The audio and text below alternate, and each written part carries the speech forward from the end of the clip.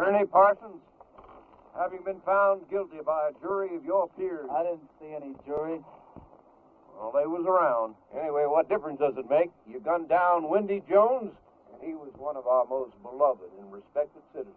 I heard he was the town drunk. Well, now that he's dead, he's one of our most beloved and respected citizens. I don't care who he was. I didn't kill him. You've got the right to hear a few words from a preacher. Unfortunately, our preacher's out of town, but luckily, we got Farley Millard here, and he's a feed and grain salesman, and he owns a Bible.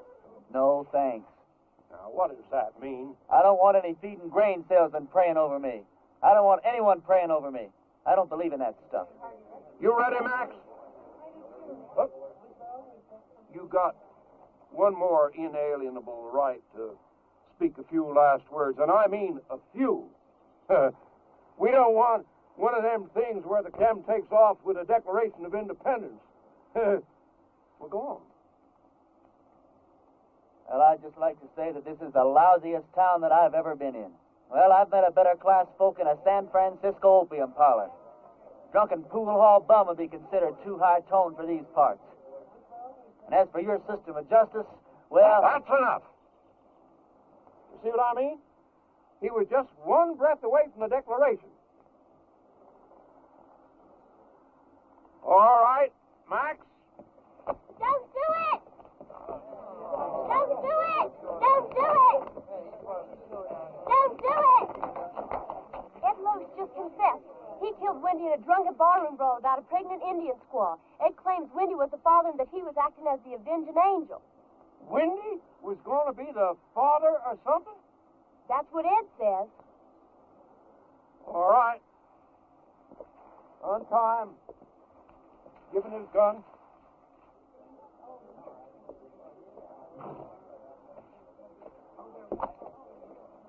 Now, that's the way out of town, son. Take it, keep on going, and don't you never come back. You heard her. I'm not guilty. Even so, we don't want no fast guns in this town.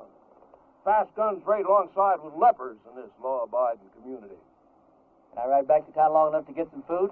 That's the way out, son. Don't press your luck.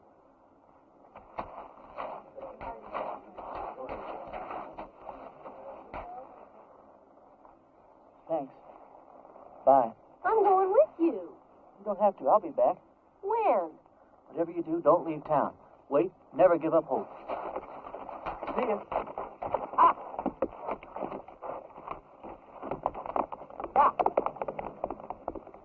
If I'd have known he was going to act like that, I never would have lied for him. Why? You would have never what? I don't care. I thought he was cute. There ain't a man around here I'd have as a gift. And he took a bath every so often besides. After him!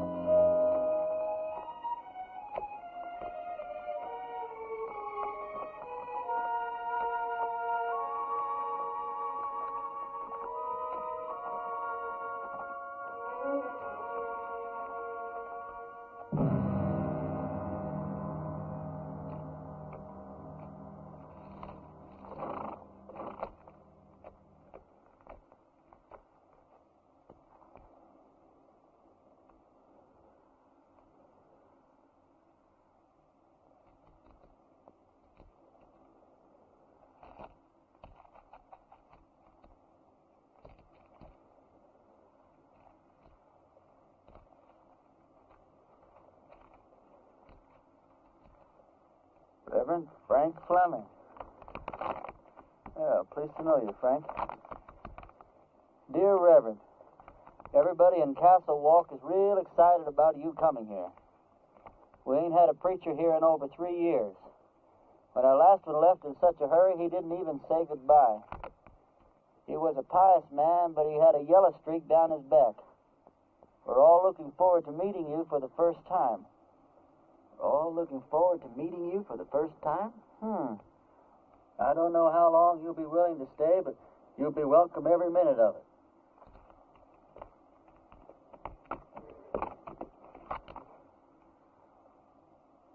Here's the preacher's horse.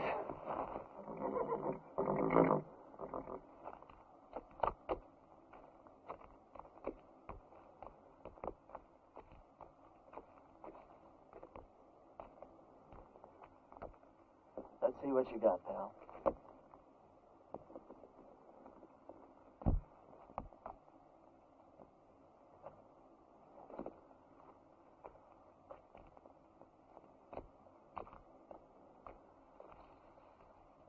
Frank, if ever I catch the guy who did you in, I'll take care of him for you. In the meantime, I'm going to need your clothes and your horse. I got a posse after me for something I didn't do.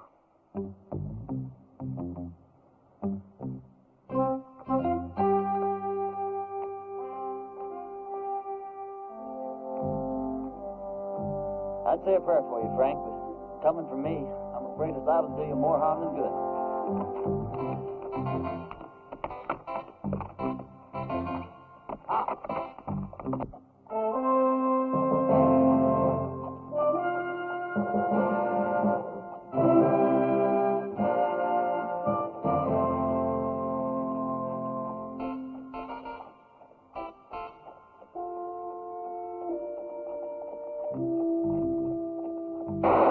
Pull up. This is a hold-up. Why, it's a preacher, Percy.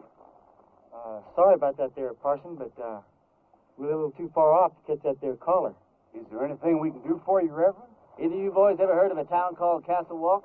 Why, yeah, it's in Arizona. Sure ain't much of a town, though. How far is it from here? Oh, about 150 miles. It's over yonder in that direction. How's your church attendance been lately, boys? You boys see that branch over there? Yes, sir.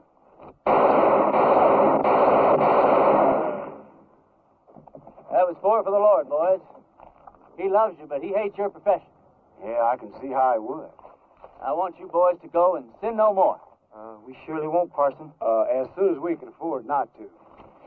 Preacher, you being so good with that gun and all, how come you didn't just kill us as we was riding up here? Because you boys are children of the Lord, just as much as I am.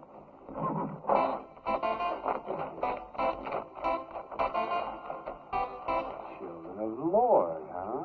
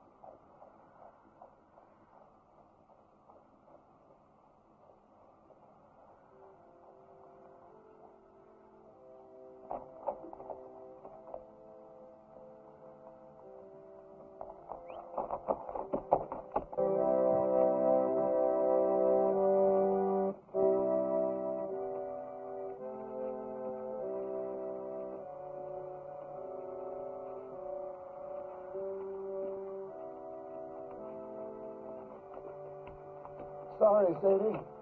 Didn't have the time to dig it no deeper.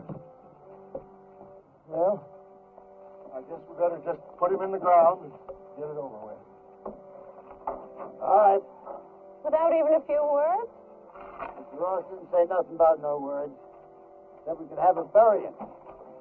Mr. Ross didn't say nothing about no words. But Sam was a Christian man. You can't just bury him like a wild dog. Can't we stand up to Mr. Ross just this once?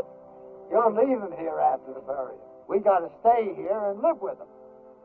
All right, let's get going.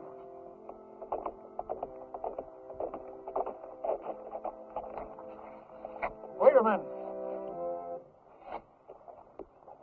Is it one of Mr. Ross' men? Looks like a preacher. Well, what do we do now? And I wrote him myself not to come.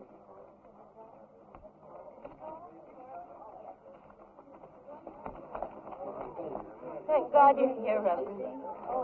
I've got many receptions in my life, ma'am.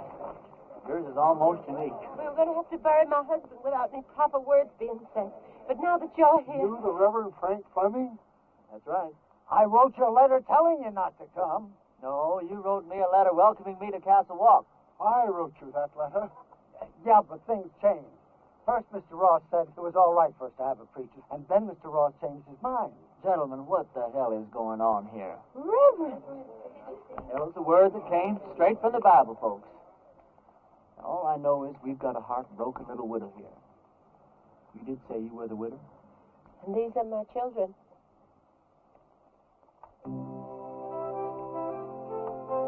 That's a child? She's 18. Oh, she certainly is.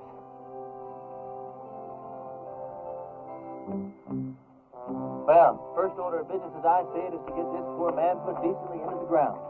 Oh, thank you, Reverend.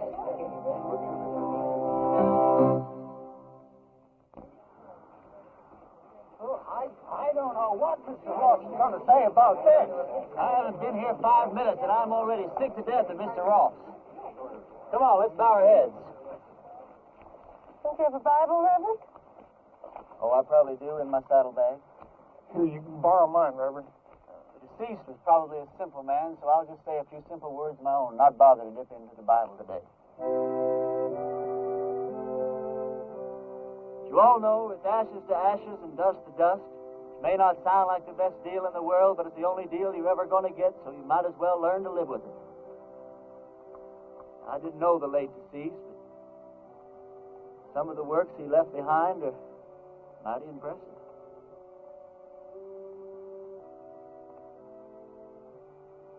Well, what did he die of? He was shot in the back. May the full wrath of the Lord fall on people who shoot other people in the back. It's a rotten, sinful way to make a living. Amen. Amen. Can't thank you enough, Reverend. I'd like to say more, but Mr. Ross only gave us half an hour to get out of town after the funeral. You're leaving town? You taking her with you? Mr. Ross said we all had to go. Who is this Mr. Ross? He's a mean, miserable, murdering thief, and he runs everybody in this part of the country. There ain't a soul of us that had a single, solitary, happy day since he rode in here and took over. He's going to hear every word that you said. Yeah, and he'll probably kill me. But at least I got to say something that should have been said before I died. Why is he running this woman out of town? My husband, Sam, was the only man in these parts to stand up to Mr. Ross. So he had Sam killed. He let us take one wagon load of our things. We'd better get started. Ma'am, the only place you're going is back to your ranch. I'm sure with the help of all these fine citizens that we can make Mr. Ross see the error of his ways. Reverend, you don't understand the situation around here. Mr. Ross is a powerful, powerful man. He's got money and influence. And he's got 20 top gunfighters working for him. Before I tell you people what I really think of you, I'm going to tell you something about gunfighters. Now, Ross doesn't have 20 top gunfighters working for him because there ain't 20 top gunfighters in the whole U.S. of A. Now, what Ross probably does have is about 15 cowboys that wear guns for ornaments. They do just fine at shooting up a saloon or making some terrified dude dance a little jig. Ross has probably got about 3 men who are pretty good at getting their guns out of their holsters, but no good at hitting anything once they do. Which leaves about 2 or 3 men that might honestly be called gunfighters. Not top gunfighters. More like second or third raters. So you see, you folks have been letting yourselves be rousted around by a bunch of 2-bit yahoos. How come you know so much about gunfighters, Reverend? The Lord's work takes one to many places in many climes. Matthew 31. There ain't no Matthew 31. Well, there ought to be. Widow, I want you and your families to get in the wagon. I'm going to drive you home. You're going to sit next to me. Oh, I don't know, Reverend. Man, you don't look like the kind of woman that would back away from a little fight. Where's your faith? My faith is in good shape, Reverend. And if you're willing to take the risk, so are we. Get in the wagon, kids. Us and the Reverend are going home.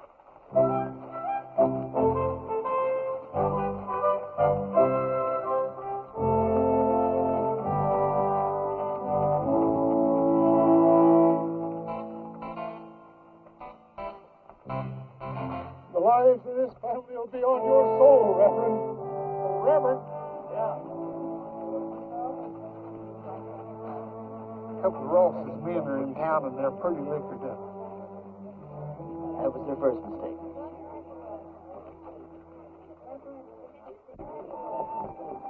You ride my horse, son. Okay.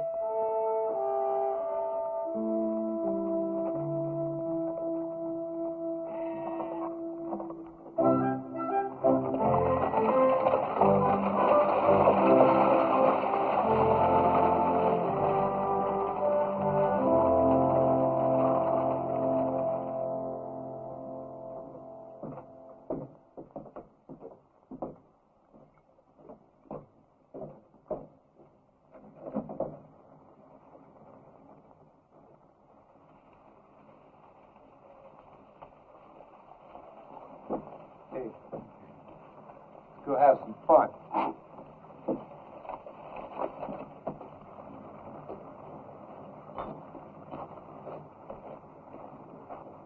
Remember the children, Reverend. Those are just 2 of the cowboys, ma'am. Who? Where do you people think you're going? Where's the place that Ross would least like us to go? I'd say her ranch. Well, that's exactly where we're going. Wait till Mr. Ross hears about this. Mr. Ross is a skunk of doubtful parentage. Mr. Ross is so low he could walk under a rattlesnake's belly wearing a high hat. And that's what I think of Mr. Ross without ever having met the man. Now, that was indecisive, cowboy. Could have very easily cost you your unimportant life.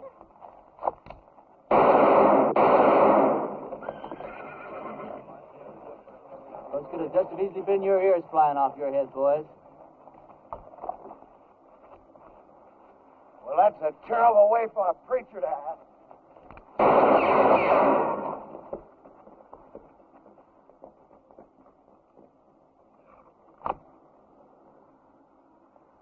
The Lord wants someone to move. He wants them to move.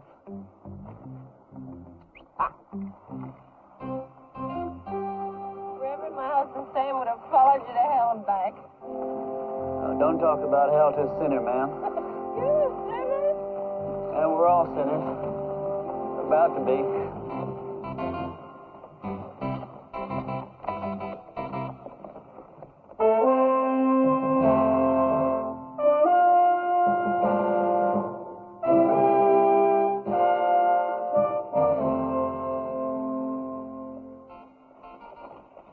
All right, kids, as soon as we stop, I want you to get the wagon unloaded.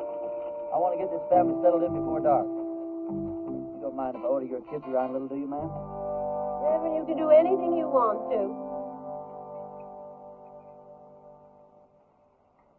Reverend?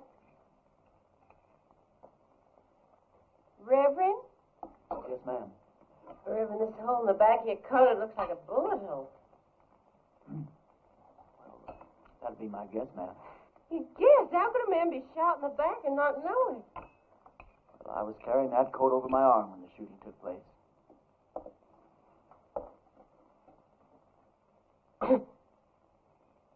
Well, tobacco's one of the Lord's works, too, ma'am. I'll get my things and fix your coat. Do you think Mr. Ross and his men are going to come down and get us tonight? No, not tonight, honey. I'd imagine that Sunday in church would be where he makes his first play. Aren't you scared at all? Oh, I'm scared, all right, Sally. Not the kind of scare that'll make me knuckle under to the likes of that Ross.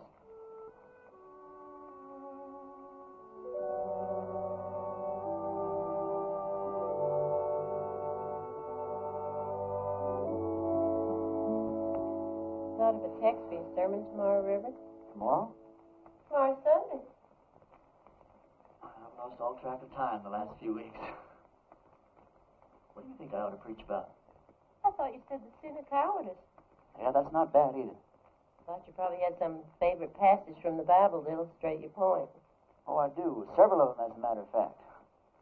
But what's your favorite passage from the Bible that would illustrate that point, man? I think it would be Luke 12. Christ says, "Do you think I have come to give peace on earth? I came to cast fire upon the earth, and would it were already kindled." It says that in the Bible? Well, I told you, Luke 12. Oh, Luke 12. Yeah, that Luke, he really knew how to turn a phrase, didn't he? Bring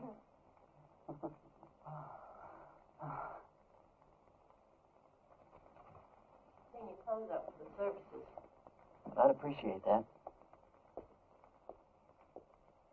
You don't happen to have a Bible around, do you? I seem to misplaced my glasses. Did you turn to that spot in Luke that your mother was talking about? It's right here. You don't wear glasses. That's something, you're right. I don't know what got into me.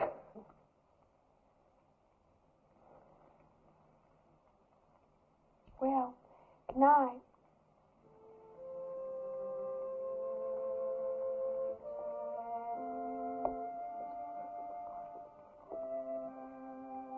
Good night.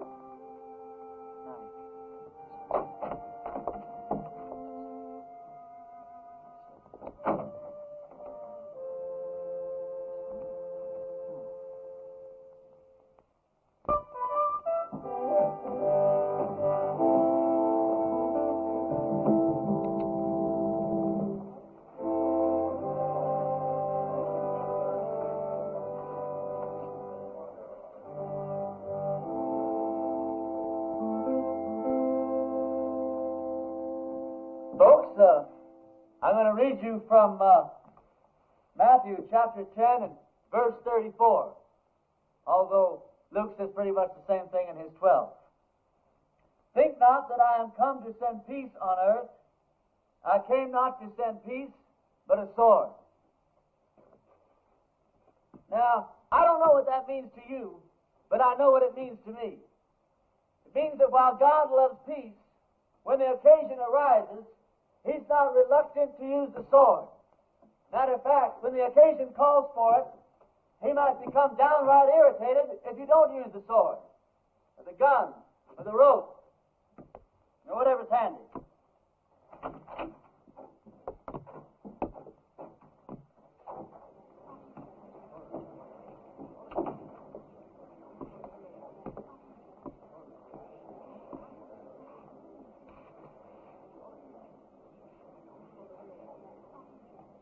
You folks have had a cross to bear here lately, and his name is Ross. They say that people get the kind of lives they deserve, and I guess they do. But when men won't fight for their wives, women, and children, and when their women won't make them fight for what's right, then these people don't deserve any kind of lives at all. That's exactly what you got.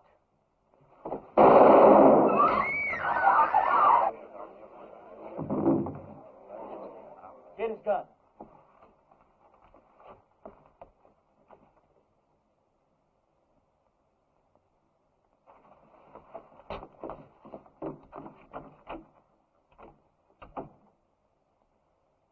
Never done it? I don't think you could possibly realize what an awful thing it is to kill a man. I don't know who God must be mad at the most. That man for wasting his life at the order of some tin-horn dictator, Me for having to do this thing in his own house. You people haven't quit before the fight even got started.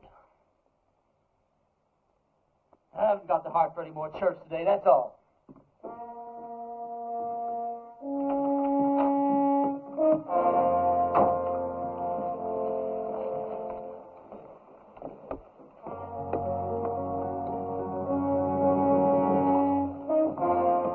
Mr. Ross, a couple of his men are outside.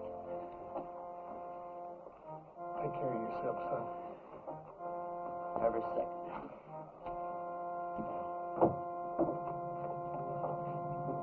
Bring that body outside.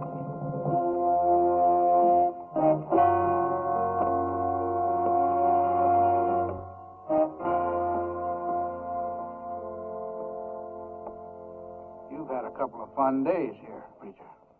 Well, I tell you, Ross, The name is Mr. Ross. The name was Mr. Ross. Now, you hear me good, Ross.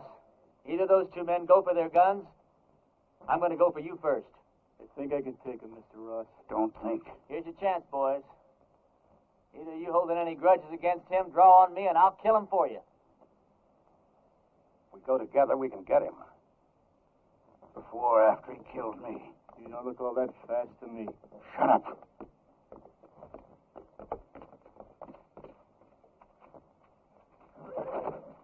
Friend of yours, Ross?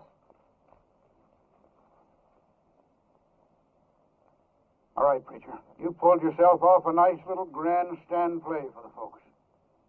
Now I want you out of town. Who killed Sam Underwood, you or one of your men? I'm going to find out if I have to take the whole bunch of you to pieces. Give me the word. I'm sure I can beat him. We'll go on back to the ranch. I'll be there in a minute. You sure? Now.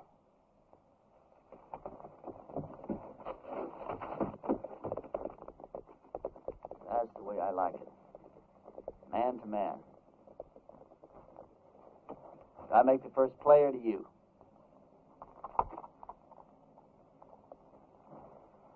I just changed my mind, preacher. I don't want you out of town. I want you right here where I can get you anytime I want you. Service is next Sunday at 10 o'clock, and there's a 4-bit fine for being late.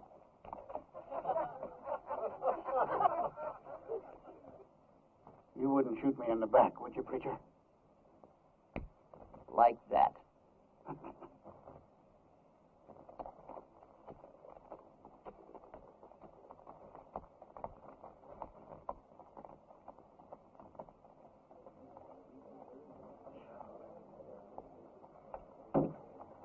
Any of you folks think your preacher doesn't deserve a drink after the events of this morning? Well, we just don't believe in the same God, that's all. Some of you boys plan him, will you? Don't you feel a little strange having a drink with your preacher on a Sunday morning? No. How come? You know, about 10 or 12 years ago, I took a trip up to Cheyenne. Come across this altercation between a 19-year-old kid and one of the top gunslingers in that part of the country at that time. This kid, he didn't want no part of the fight, but this gunny was drunk. He kept at it, and finally the kid had to go for his gun or get blasted right there in these tracks. It was plumb pitiful. How? This kid was the fastest thing I ever seen. Caught that gunny flat-footed. Why, he was dead before God got the news. I inquired around, found out this kid's name was Ernie Parson. Ernie, what are you doing here in Castle Walk dressed up in that preacher's outfit? It's a wrong guess, Billy. You know, once you've seen a top man handle himself in a gunfight, you never forget one little detail. What are you on for, anyway? Doesn't matter. I didn't do it. They'll hang me just like I did if they catch me. Did you kill Frank Fleming? Oh, of course not. Came across his body in the hills, and he was already dead. I was half starved, no place to go, so I took his clothes and horse and came here. All right. I'll ride back to the ranch, tell the widow and the kids goodbye, and then I'll move on. Why leave? You're the answer to our prayers, Ernie. No, I'm not, Billy. Don't let these clothes fool you. God moves in mysterious ways, boy. Not that mysterious.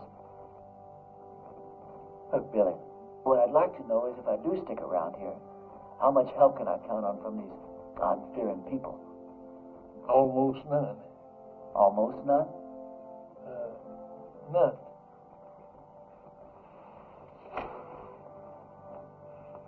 It's just God moving in his mysterious way to get me killed. God will smite the sinners of Castle Walk just as surely as he smote the Philistines. Smote. For the time is at hand when you will hear of wars and rumors of wars. Be not afraid, for this must first take place. Nations will rise against nations, kingdoms against kingdoms. Not a head on your hair, or a hair on your head will perish. I quote Luke chapter 21, verse.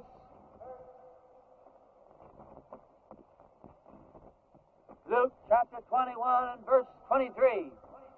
For there shall be great distress in the land, wrath upon his people.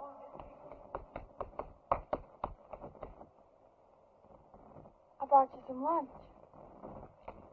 I didn't know preachers had to practice. Well, it's either that or watch the collections fall off. Huh? Oh, that's a real bad joke I stole from the Methodists.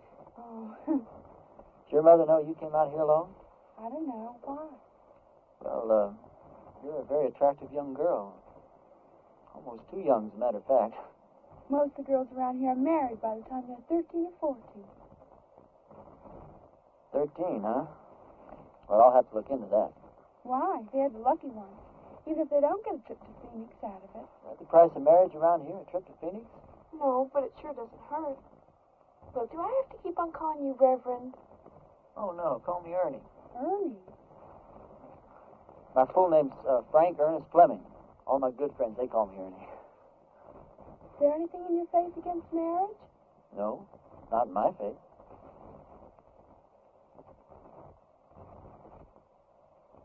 Look, Sally, sit down. This conversation isn't going in exactly the direction I planned. I mean, you know, marriage is just fine. I was real glad that my parents believed in it. But, well, there's other things, too.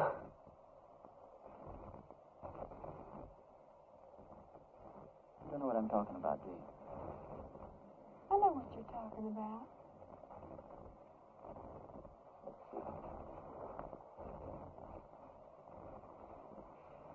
What's the matter? Oh, it's these clothes and this collar. It's just, I'm not going to get anywhere dressed like this. I don't think it makes much difference. You would if you were dressed like a nun. It's just the wrong outfit for what I had in mind.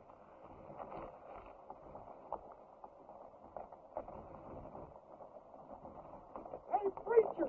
I've got to talk to you! Hi, Sal. Hi. It's real important.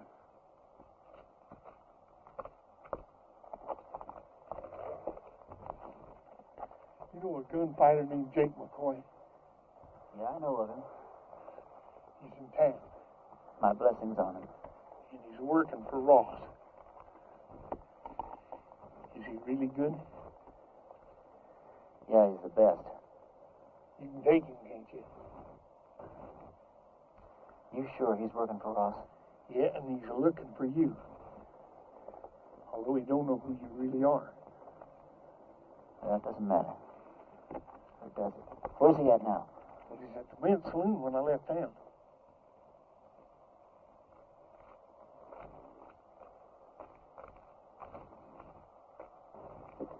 You're going to have to ride back to the ranch alone.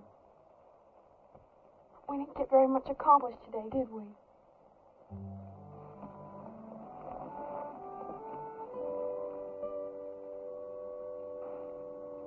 Can't you just feel the ice breaking all around us?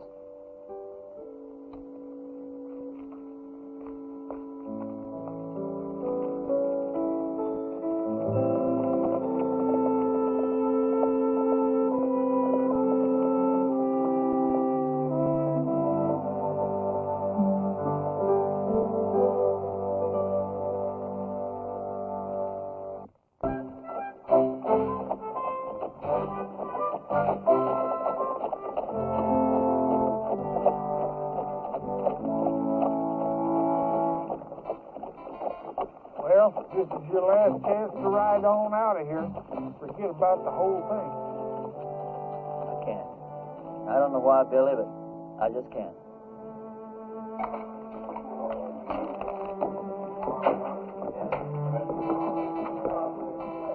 Tim will be under the table. He's already spotted you.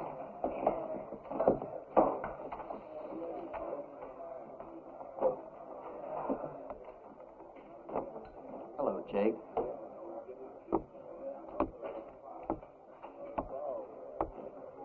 I was just about to go looking for you.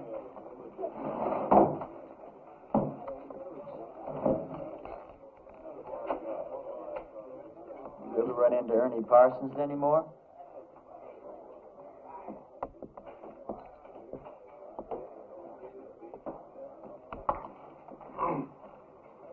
I've never run into Ernie Parsons. Any time, any place at all, ever.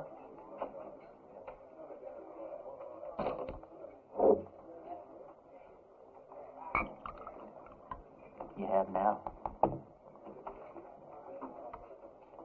You?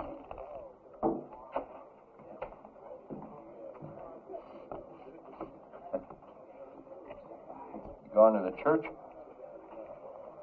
Into hiding for the winter. Oh. I always heard you were kind of smart. I never heard that about you.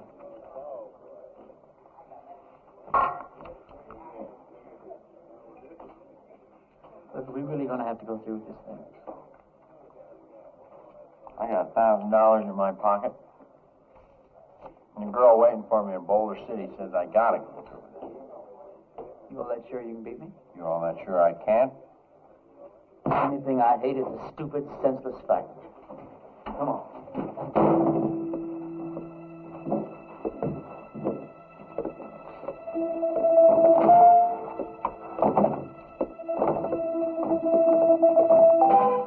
Well, how do you want to do this? Billy, when we get in position, flip a coin. When it hits the ground, we go for our guns, all right? All right. Jake, one of us is going to die, and it's not going to prove a thing. Sure it is, Ernie. It's going to prove which one of us is a fool to call himself a gunfighter.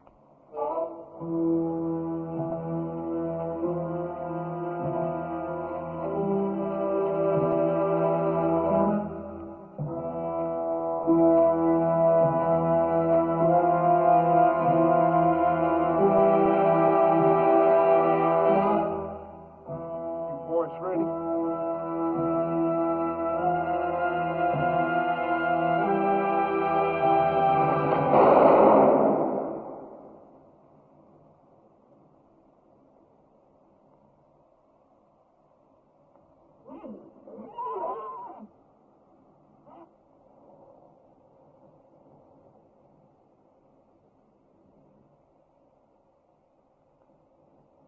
Are you hit? You?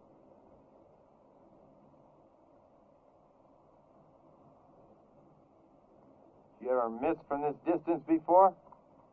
Never. Me either. Want to try again? No. No, I think somebody's trying to tell us something. You put your gun away. I'm going to get on my horse and get out of this place.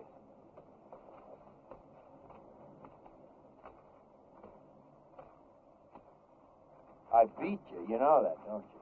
Oh, no, you didn't, and you know dang well you did, Jake. You going to give Ross $1,000 back? No, I'm late for my date.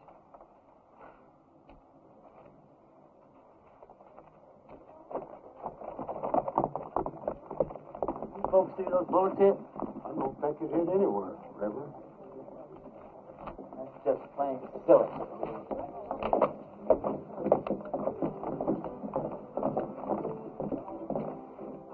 Hold on.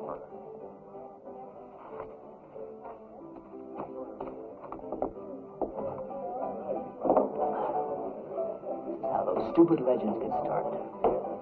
Jake and I have an off day in the gunfighter. Miss each other. Wish there could be 1,000 explanations. Just because a bunch of rummies standing around don't see where the bullets hit. All of a sudden, you've got the miracle of Castle Wall. Now, this whole miserable little town is going to think that God's on their side. Well, you got me convinced, son.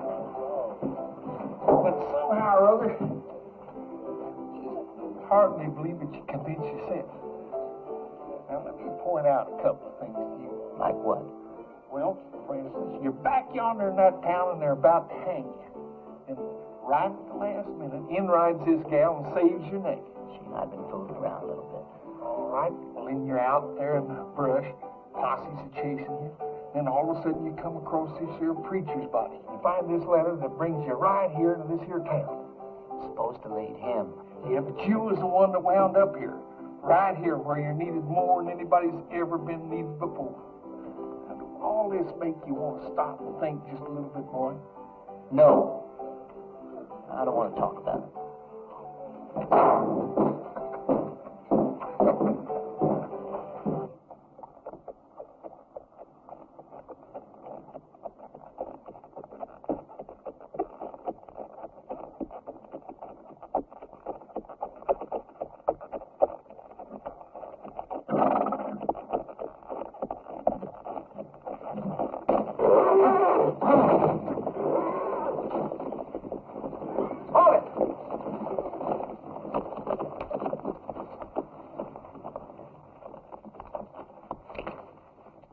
You should have listened to me when I told you to get out of town. You shouldn't have backed out in front of me the other morning either. Now, this whole town's going to have the idea that you're just a little less than the tin god you pretended to be. Just tell me one thing. What really happened between you and Jake McCoy? I chased that bum out of town. And he's not going to give you your $1,000 back either. He said to tell you that's the price he charges for shaking hands with scum like you. Get on with it. Freeman, you drop that rope real slow.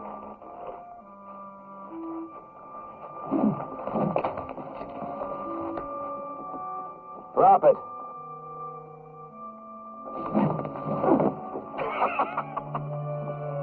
You ain't getting out of town fast enough, preacher.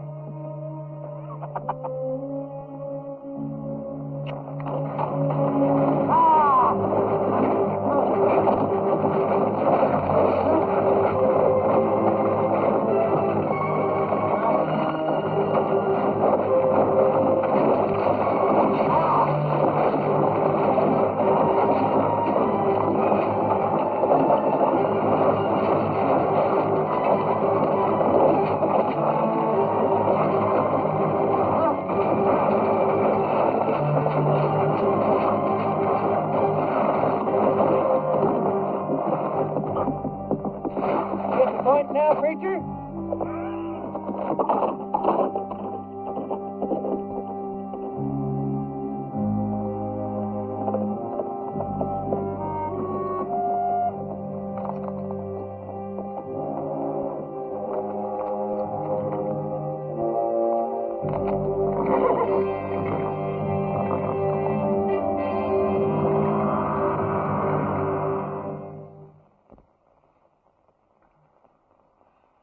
Bunkhouse of our ranch.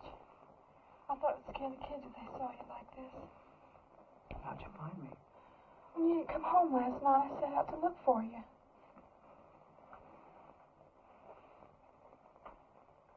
You stripped me down? I'm a ranch girl with brothers. Don't make a big thing out of it. You're something brand new in my life, Sally.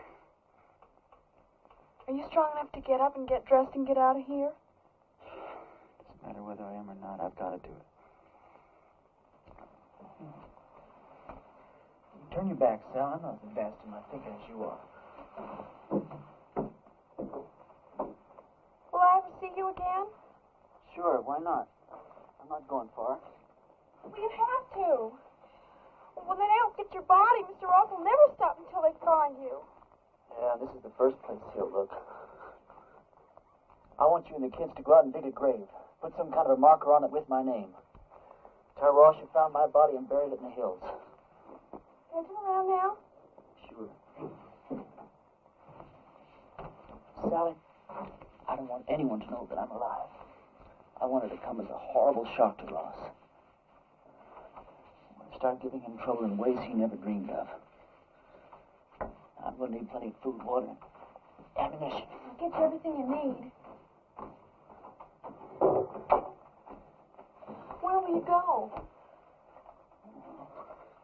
I'll hide out in the hills for a while.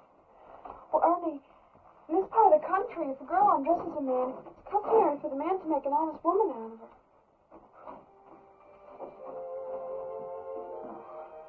I'm sure that's true in every part of the country. If I live through the next little while, well, we'll have a serious talk about that. What's the matter? Oh, well, just look at the way I look. Well, it's always something, isn't it? You don't like the way you're dressed. You don't like the way you look.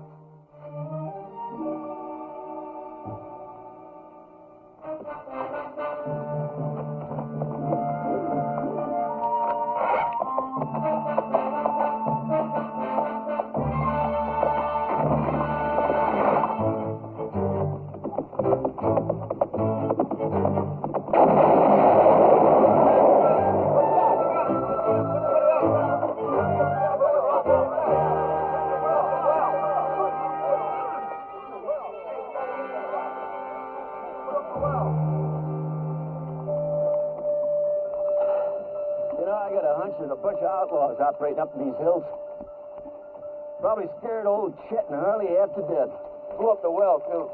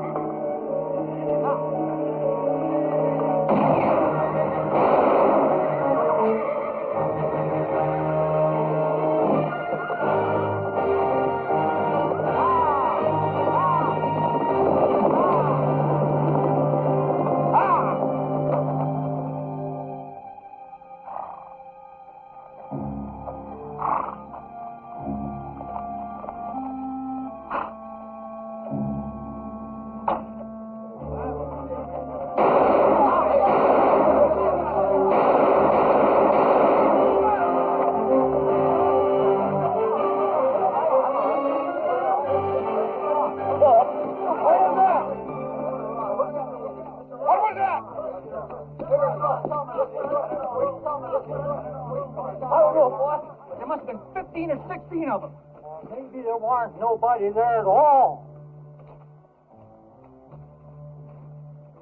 What do you mean? Dragging a preacher through the cactus. Them people don't have to stay dead unless they want to. Everybody in town keeps talking about the preacher's ghost riding through the hills and shooting at every one of Ross's men that sticks his head up. I keep telling them it's the whole doggone idea of go stick his back up. Sally, didn't you tell Billy? You told me not to tell anyone. Billy, I'm sorry. It's sure good to see you alive, boy. Are you sure it's safe for you down here? Honey, it's been a long time since I've been safe anywhere. Lately, it's been getting worse. Isn't tomorrow Sunday? It sure is. Billy, I want you to ride into town and tell everyone that we're having church services tomorrow morning at 10.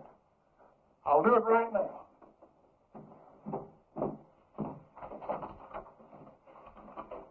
Sally told you our plans, ma'am? You have any objections? No. Ma'am, has it occurred to you that Sally's liable to end up one of the youngest widows in these parts? Mary Mert's only 14. She's been a widow 2 years. Besides Mary Mert. No, Grace Dorothy only been married a week and a half when her husband fell down a mine shaft. You know how old she is. Sally, could we take a walk outside? Excuse us, man. Sally, the reason I brought you out here is, well, one of the reasons. We're going to be husband and wife, and you've got a right to be in on the decisions that affect the both of us. You understand? Now, if I stay here and fight it out with Ross and his men, the chances are very good that I'll be killed. But on the other hand, we could leave here tonight, get married the very first town we come to, go someplace we both like and settle down and just have a wonderful life for ourselves. It's all up to you, Sally. You just say the word. Well, Mom always said never throw yourself in between a man and what he thinks he's got to do. Well, I won't kid you, Sally. I'm a little disappointed in that answer. No, it's all right. I got the strangest feeling that I've been pointed straight toward this shootout ever since the day I was born. There wasn't a thing in the world I could do about it. Billy says it's God moving in his mysterious way. Me? Well, I just don't know. You very religious, Sally? Wait a minute to talk and talk. Can't you be quiet and get on with what you're supposed to be doing? Yes, ma'am.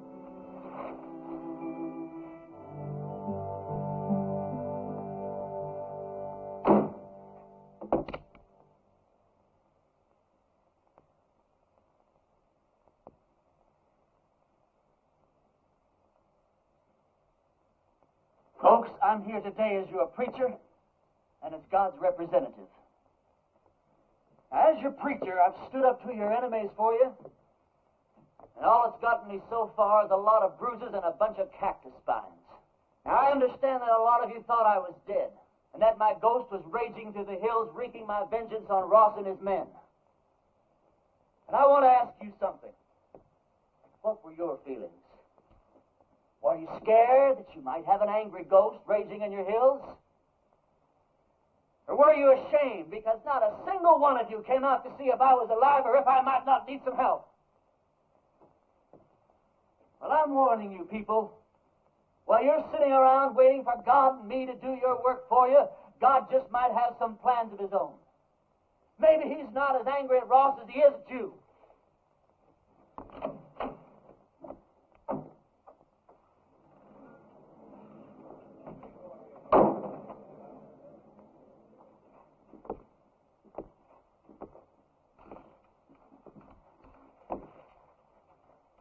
I'm not armed.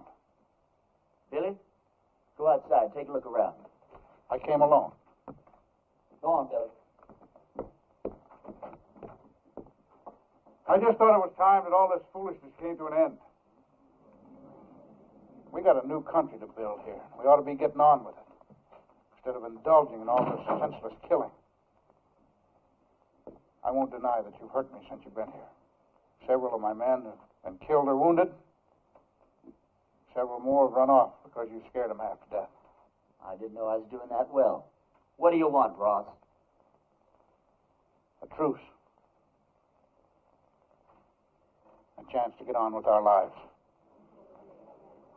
Ross, if you were sitting on a stack of Bibles 10 feet high, I'd bet money that you were lying and I'd win. Well, now, just a minute, Reverend. If Mr. Ross is sincere, and I believe he is, this may be just the moment we've been waiting for. Luther, how could you believe that? I don't believe him for a minute. Now, Sadie. You are going to believe this man after all he's done to you? Jehoshaphat, Reverend. Anybody can make a mistake. If Mr. Ross is man enough to come here... Please. I didn't mean to create any dissension amongst the preacher's flock. Now, you've all heard what I have to say. Think it over.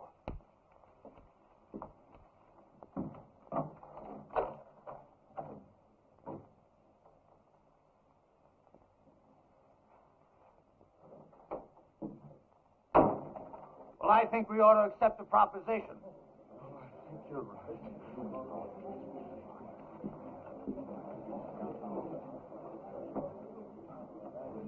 I have an announcement to make. Miss Sally Underwood and I are going to be married tomorrow morning at 11. You're all invited. The second the ceremony is over, my wife and I will be leaving this godforsaken town for good. The ceremony won't take place here at the church. It'll be at the Mint Saloon. Say what you want about those people at the Mint, but they know why they're there and they do something about it.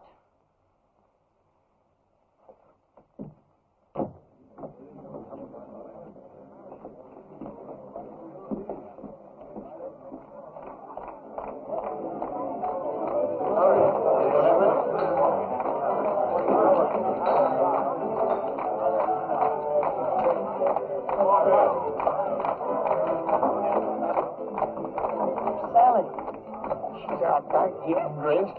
Her mama's with her. Can't take all day with this thing. What's your rush, boy? One of my feelings, and I'm never wrong, that I should get out of this place. When did you say that? Huh? Oh, nothing. Hey, yonder she comes down. Oh, you're beautiful. Come on, everybody.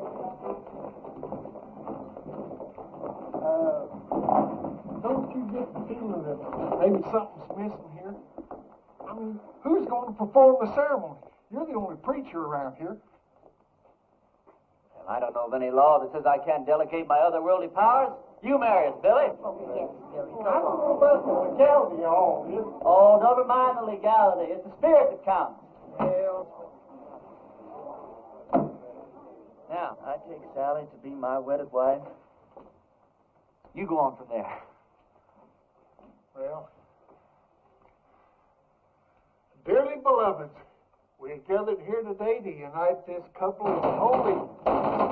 What's that? Reverend, you were right. Ross and his men have bypassed the town, and they're circling around, and they're coming in that way. Well, he's let us down again. Hold it down, hold it down. How many men? I counted 14, including Ross. How long before they get here? Not more than 5 minutes. Well, 5 minutes is plenty of time. Go on with what you were saying, Billy. I'll have to get ready for Ross, otherwise I won't stand a chance. We'll have to finish this thing later. All right, folks, this is it. Now you see how much his word means. Ross and his men are coming into town for just one reason, to get me. Because he knows if he kills me, there won't be enough fight left in the rest of you to hold off a bunch of sick old ladies. This thing works two ways. Now, if I can get Ross first, then his men won't have any reason to go on with the fight. So all I'll need is some of you to keep his men pinned down while I take care of Ross.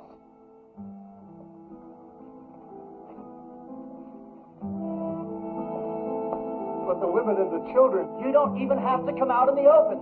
You can shoot from the windows or from the roofs. You don't even have to hit anything.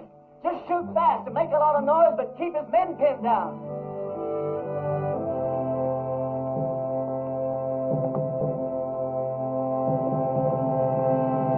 Can't believe it, Reverend. I'm with you.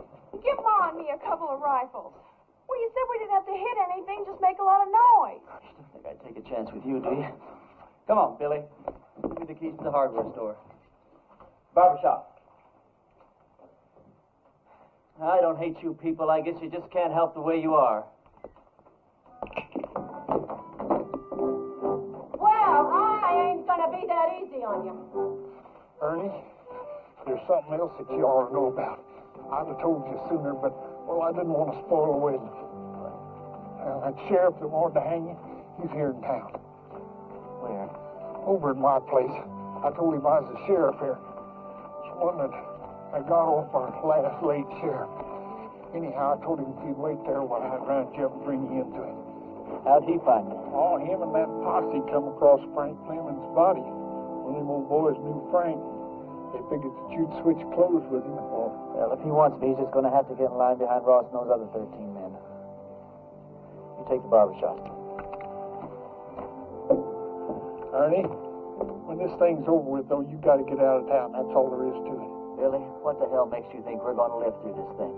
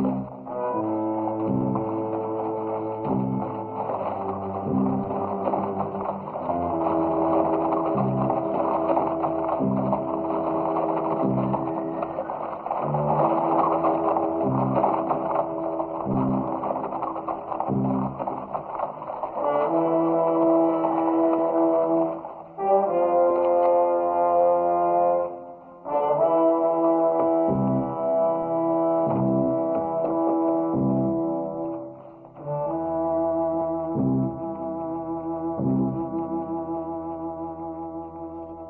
want that preacher. If he's not out here in 2 minutes, I'm going to burn this town to the ground. Drop your guns, boys.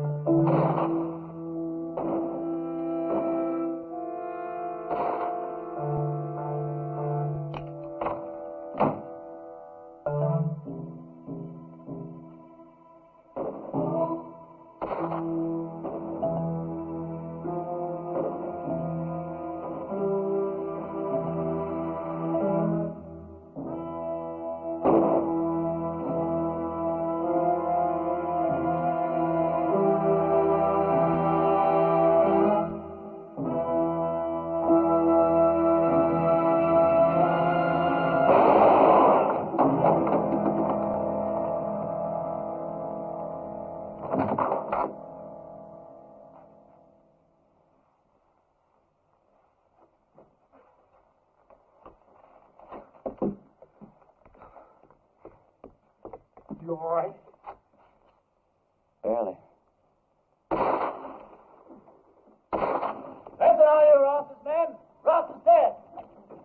Anyone who keeps on fighting is going to have to stand trial. How do we know he's dead? Because I'm alive. All right. You heard the man. The sheriff's going to be down here to find out what this is all about.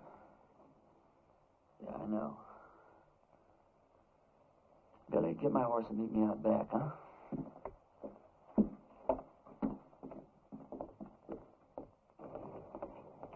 Go over to the men's saloon and tell Sally to meet me back at the ranch. We'll take off from there. No, I ain't going to do it. I'm a dang fool for going along with this thing as far as I have. I ain't going to go no What are further. you talking about? I ain't going to let you run away with that kid. Her not knowing who you are or what you are or what kind of a life she's letting herself in for. You think if I told her everything, she still wouldn't ride away with me? Well, of course she would, Ernie. Because she's 18 and you're her first love. Well, that's good enough for me. Ernie, when that sheriff finds out you've left town, you suppose that he's just going to give up? I can take care of him. Yeah, you can take care of him with one hand while you take care of Sally with the other. And if something goes wrong, why, she can just stand around with your baby in her and watch you hang. You think I could just ride off without telling her why? I'll tell her. Yeah, then what happens to her? Oh, she'll be tore up for a while, but she's young. She'll get over it in a month or two. Yeah, but I won't get over it in a month or two. I'll get your horse. I'll get it myself.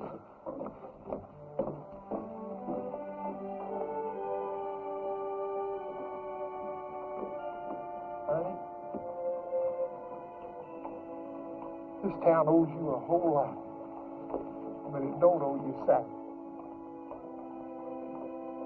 Can't make any promises.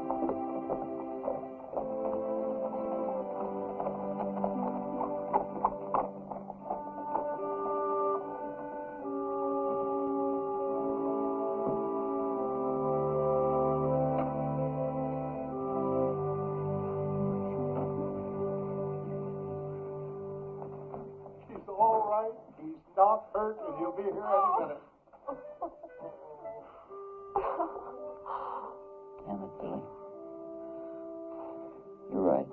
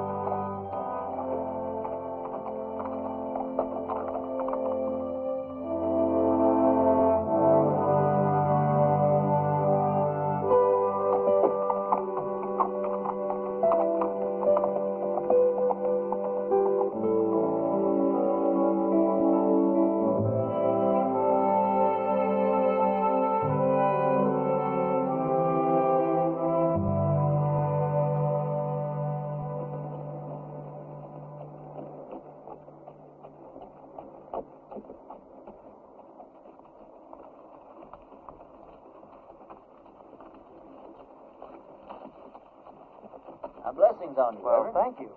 Ernie, do I know you? No, I don't think so. And how come you know me? Because I know every preacher in this part of the country, and you're not one of them. And I've been hearing about a gunfighter named Ernie Parsons and some interesting goings-on in a town called Castle Walk. Now, don't believe everything you hear, Reverend. Oh, I don't. That's why I'm on my way to Castle Walk right now, to investigate these wonderful stories. Well, maybe you should get them a real preacher now. They seem very happy with the one they had. They had a gunfighter, not a preacher. God moves in mysterious ways. You boys sure do hammer away at that phrase, don't you? You really going to Castle Walk? I sure am. When you get there, would you give these to a girl named Sally Underwood? Tell her they're just from an unknown admirer that thinks certain girls should have a trip to Phoenix, even if they don't get married. All right. Ernie, did you ever think that the things that happened to you in Castle Walk might be your call to the kind of work you've been destined to do? Reverend, I didn't solve the problems of Castle Walk by praying them away. I did it the way I always do, with a gun. Did you ever hear of a call coming that way? But you left it a better place than it was when you arrived. You're a nice guy, Reverend. No thanks. I'll be seeing you, Ernie.